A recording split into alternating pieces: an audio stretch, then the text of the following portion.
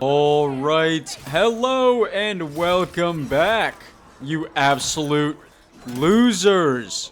So, here we are, finally back. I know it has been a little bit. I am sorry for not uploading for a little while. Long story short, I totaled my car, so fuck you if you get upset with me for not fucking uploading for a little while, because I totaled my fucking car. Sorry, YouTube is not, like, my main priority. This isn't my job. But regardless, we're gonna be reviewing the new Black Ops 7 map, Kowakujo. I think it came out last Thursday. I don't fucking remember. Caught me a goddamn break, okay? I'm recording this in the morning, and I have to go work in about 2 hours, alright? Leave me alone. So, let's get straight into this shit. Basically, we are going to be, like, kind of listing the pros and cons of the maps, the map, you fucking dunce, of the map, and we're gonna see my opinions about it, where it lands, in my opinion. As always with anything like a review or anything along those lines, this is fully and only my opinion. Even though we are on the internet, people sometimes forget you are allowed to have a different opinion than other people. That is perfectly fine. So, first, we are going to start with the pros of the map, or the pros that I see in this map in particular, exclusive to this map. So, let's get into the fucking pros, huh? So, beginning with the first pro being the atmosphere. The atmosphere of this map is literally like no fucking other in Black Ops 7. It is absolutely beautiful. I love, like, dude, who the fuck doesn't love a bunch of volcanoes in the background going off on a, like, obviously we're in the dark ether, but obviously, like, this would be kind of like in Japan, you know, or like on a Japanese island of some sort, correct? So, like, it's just, man, it's beautiful. Like, the, what are they called? The cherry blossom trees, the petals that are all over the ground everywhere, the lava flowing throughout the map, the lighting could be better, in my opinion. Like, I don't really like how it's, like, I don't really know how to describe it. Just something about the lighting feels like half-baked. Like, it feels too bright, but also too dull at the same time. I don't really know how to describe that. But, like, because, for example, Totenreich, I loved the lighting. It was, like, a nice blue hue. It was very, like, it wasn't, like, bright, but it wasn't dull either. It was kind of like a nice middle ground of, like, monotone. This map, I don't know what it is about it. It's just, like, it's a bit blah, but that's just the lighting. The atmosphere itself is beautiful. I mean, literally, an example right here, literally walking around a giant cherry blossom tree. The roof's on fire, the building's snapped in half, like, the lava all throughout the map. Dude, it is absolutely beautiful, and it really does make you feel like you're somewhere different. I know a lot of people complain about that with modern zombies maps, where, like, obviously this was before Black Ops 7, but, like, they would complain about, you know, maps not feeling different, and this, along with every other map in this game so far, feels completely different from one another.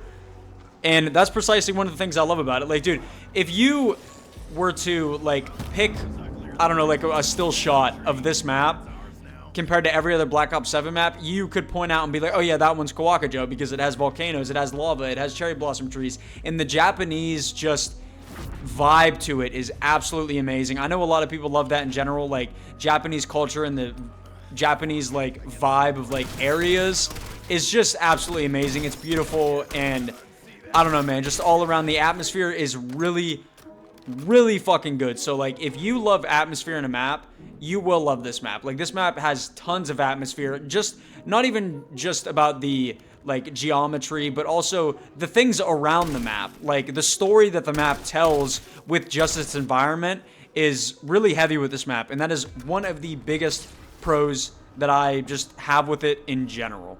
Then moving on to the next pro being the Wonder Weapon. I mean, I know, like, when I first did this quest for the, I guess it's called the Nekomata, I just call it the fucking cat Wonder Weapon. I don't really care what the actual name, like, it's a cat, okay? It's just a cat, okay?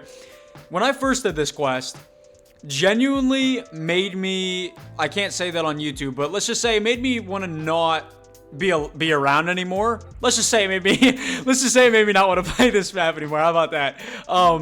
But after doing it, I think I've done it twice so far, and this gameplay was the third time I did it.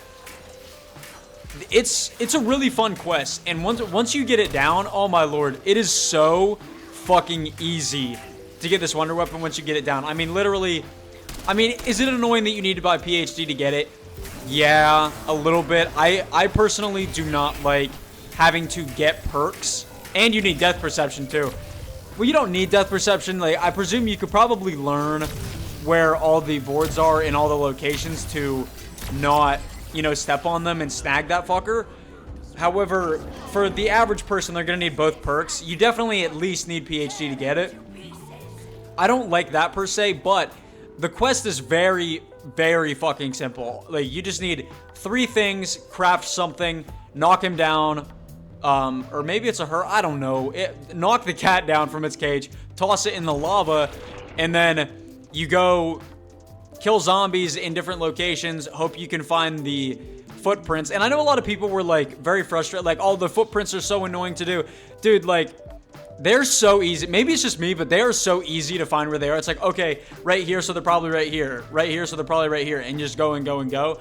And then an abomination comes up, eats the fucker, and then, you know, you kill it, and then you go find it, snag it, and then you hit the world seed a little bit, and then boom, you got it. And it's just so much fun. And now, personal bias, I do have a cat. The cat that you guys have been seeing, like, at the beginning of my videos, and sometimes that pops in place of my face, right? That's my cat, Cleo. So, you know, I obviously have a little bit of a bias, but, like, dude, it's a fucking... We've never had a cat wonder weapon. I know there were some people like, well, we've had a dragon wonder weapon. I don't give a shit, bro. This is a cat. We have a cat wonder weapon that you can shoot dogs and a dragon with it. That is dude, I'm sorry, but that is fucking peak at it. This is my favorite wonder weapon in the game. I fucking love it. And maybe there is personal bias because I have a cat. I don't give a shit. This thing is fucking awesome. And the quest is really easy. It's very fucking good. And I'm planning on making a high round strategy video including this cat. So I just think it's all around really good. I love the base fire is really good, deals a good amount of damage. The AoE damage is really good. It's just all around awesome. And like I said, bro, like I've said it like 1,000 times in this segment, it's a fucking cat wonder weapon, bro. Then moving on to the third pro, we have the gameplay. Now, there are specific things I'm going to talk about here because I will admit now, one of the cons will also be the gameplay, but there is a positive there's a couple positives about the gameplay. So, obviously, number one, the enemies are all around pretty good. Personally, like, I know people are like, they complain a bit about how we don't have any elites on any other maps. I'm personally relatively okay with that. It depends on how they do it. I like how the Oni is not that difficult to deal with. He can be a bit of a nuisance sometimes, but he's really not that difficult to deal with. The what are they? I don't know what you call them. The fire zombies. Pretty cool. I like the effect that if you let them get close to you, you do start burning up. I think that is really cool. I like having a bigger variety of enemies. It just depends on how they're implemented. Like, as I've said a million times, I fucking hate the Zursa because he's a tanky piece of shit half of the time, and I really don't like that. But I'm relatively fine with the mimics on Paradox Junction because they're not really that big of a deal to me. They're easy to kill, and you know, they have their own abilities of grappling and like shorting out things and stuff like that. Or the Necropincer. While he does annoy the shit out of me sometimes, I'd rather have a Necropincer than a fucking Zursa type motherfucker or a fucking Oscar. Once again, these are all my opinions. I know some people love having Oscar. I fucking hate that motherfucker, okay? I fucking hate him. So, I like the Oni. I like the fire zombies. It's pretty cool to see Hellhounds back. I like the fact that their fire deals an insane amount of damage. Like, that is really helpful for, like, blocking off certain things, especially during defense waves, which we will talk about in the cons, actually. How they can block the zombies from being able to hit the stuff makes it a lot easier. I do like that, right? So I think that's pretty cool. Also, the environmental effects. The cherry blossom trees are really cool. The fact that you can hit them, get a boost, get some overhealing. That's really cool in my opinion. And the fissures. I know some people don't like them, okay, but I actually do. I like when certain areas of the map get, for lack of a better term, closed off. Now, with fissures, the areas don't get closed off per se, but they make them more hazardous and more of a nuisance to be in, and I personally think that that's better than closing them off in general. Like, there was that one AW map, like Burger Town or whatever the fuck. I don't remember what its real name is, but it would literally, like, lock the map, like, parts of the map down. The fissures don't lock parts of the map down, but they do make them more hazardous to be inside of. So I personally call that a win. I like having environmental effects, personally. The fact that the lava can freeze over and then open up, that's so fucking cool to me, dude. So, like, the environment is a major reason on why I like certain aspects of this map. I think that stuff all around is generally very cool. But we're going to do 3 pros and 3 cons. So now we are going to run through the 3 cons that I have with this map. So, first con starting off is the gameplay. Yes, I know it was just a positive, but it is also quite a negative to me, in my opinion. I do not like the defense rounds. I think that they are incredibly stupid, especially because they are relatively easy, so it kind of just feels like a waste of time to me. And the fact that, like, you have to wait like 45 seconds before it even starts. Bro, I don't want to be standing around for 45 seconds. I mean, I guess it does give you time to, like, go grab shit that you might want or need. But still, man, I'd rather just have, like, special rounds, like have the fire zombies come in place of it, or have a full dog round, or something along those lines. Like, I like being able to, like, deal with the dragon before the boss fight. However, I do not like the defense rounds. Like, they to me just seem like a waste of time. They seem like just something that they just wanted to do to make this map feel different, even though it already feels different. And it makes me not want to high round this map at all. Like, obviously with the videos I make, right? I make the, like, taking whatever gun I'm choosing to do for that video to round 50. I'm not going to do it on this map at all because I just do not like the defense rounds, and it makes, like, having the defense rounds with certain guns just makes it virtually impossible, but not even just impossible, just really annoying. And personally, I don't know about anybody else, but I do not like being annoyed when I'm playing video games, which perfectly segues us into the next con, being the main quest steps. Now, I will clarify here, when I say the main quest steps, I do not mean the main quest in general. I love the fact that we are, for the main quest, trying to solve a murder mystery. I love the story. The voice acting is amazing. However, the steps are just, personally to me, kind of fucking shit. You know what I mean? Like, and like I said, like I've said a million times, this is my opinion. You can have a different one. For example, I love the Paradox Junction Easter egg. I love the Totenreich Easter egg. I love those Easter eggs because I wouldn't say they're relatively simple, but they're very, for lack of a better term, logical, or they make sense, right? Like, for me, it's just trying to understand all of this stuff, even after or during the midst of watching an Easter egg guide. It's just like, you have to know so many things. You need to know so many locations. You have to run around and do so many things. And I know some people love a fetch quest. I personally don't. If you love a fetch quest and the main quest steps for you is a pro, good for you, man. Like, the more power to you. And I will say, I love how Black Ops 7 has a different variety of Easter eggs. You have the really easy and simple ones, the very logical ones, the very insane ones that don't make absolutely any fucking sense, and then you have the fetch quest ones. Perfectly fine. I love having a variety. However, with variety comes some negatives in that variety, and that, for me, is this map. I do not like having a fetch quest. There are some steps that are genuinely really cool. Like, I personally like the decoy step, throwing all the decoys at the thing and then fucking playing hacky sack with the motherfucker, you know, just throwing grenades back at him. I think that's really cool. And the first attempt made me want to made me want to give up. But after I understood what I was doing, I got it down really easy. But, like, the, what would you call it? The lights out step?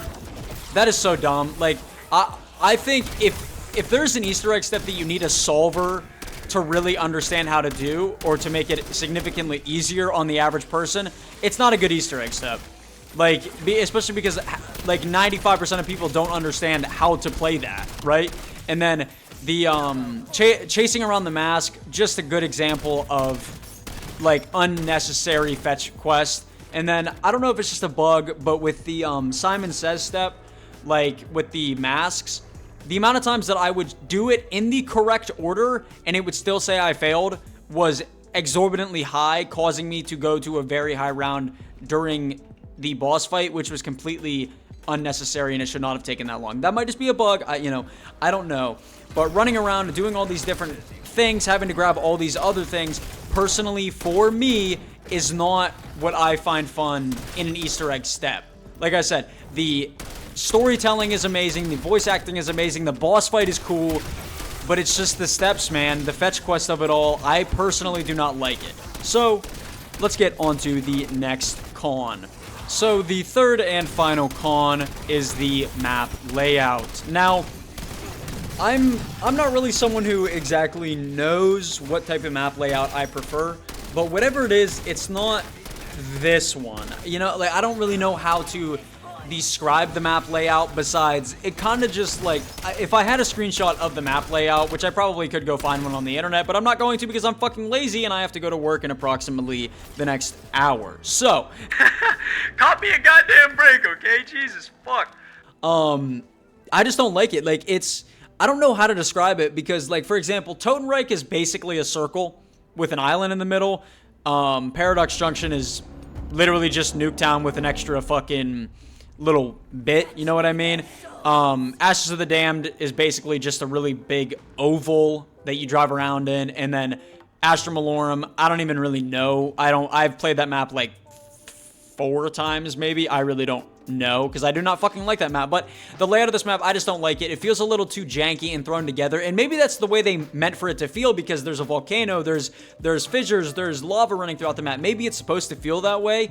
Personally, I just don't like that. I don't like the feeling of having to, like, fucking navigate so many different things and, like, so many different openings to the exact same area. The layout just becomes confusing, even though I've played this map, I think, for a total of, like, 14 to 16 hours, which is the only reason I'm giving it a review now. I would have done it a little bit earlier, but I like to actually, like, beat the Easter egg and then also, like, play the map for a little bit.